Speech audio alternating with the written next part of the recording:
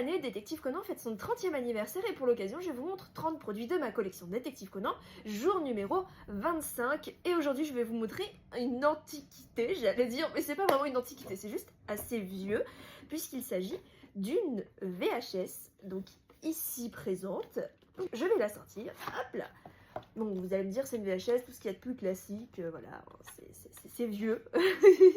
Vous vous rappelez quand on mettait ça dans le magnétoscope et que il fallait rembobiner le film et tout, je me faisais hurler dessus par mes parents d'ailleurs quand je rembobinais pas les films après les avoir finis, parce que celui qui regardait le film derrière moi était obligé de rembobiner avant de voir le film, ce qui était particulièrement désagréable.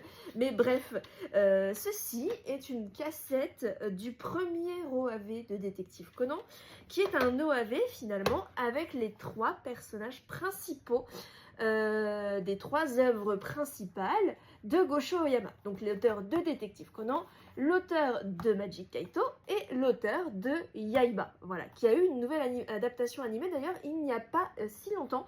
Et en fait cet OAV rassemble les 3 protagonistes et je le trouve vraiment très drôle, en plus de pouvoir faire connaissance avec chacun des personnages.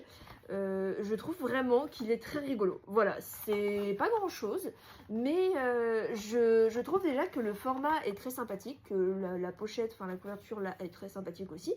Et puis vraiment, c'est la première fois que j'ai vu Yaiba dans une œuvre, parce que j'avais pas encore lu ni regardé l'animé. Mon Kaito, je le connaissais déjà de Conan. Mais vraiment, j'ai beaucoup rigolé. Surtout, vous savez, avec la petite mémé là qui fait Kito-sama, comme ça. Vraiment, je trouve ça très drôle. Donc, je pense que c'est un de mes OAV préférés, avec Étranger dans 10 ans, s'il y en a qui se rappellent lequel c'est. Mais voilà, donc, petite VHS dans ma collection.